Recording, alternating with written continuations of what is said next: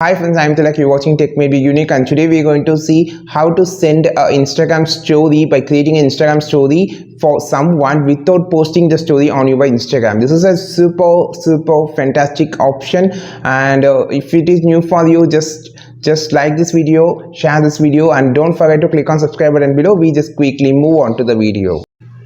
So how to share the Instagram story without posting to someone? It's actually a super technique method on the Instagram. So many one not know this. You just add the story. So I just want to share this mouse and just want to have a suggestion. So I just click on the sticker option here and going to have a suggestion. Is it better? Is it better? Okay, you can just choose yes, no, like that. Okay, then click done and just going to post this. Now you, instead of posting on your story or with your close friends, you click on this arrow symbol.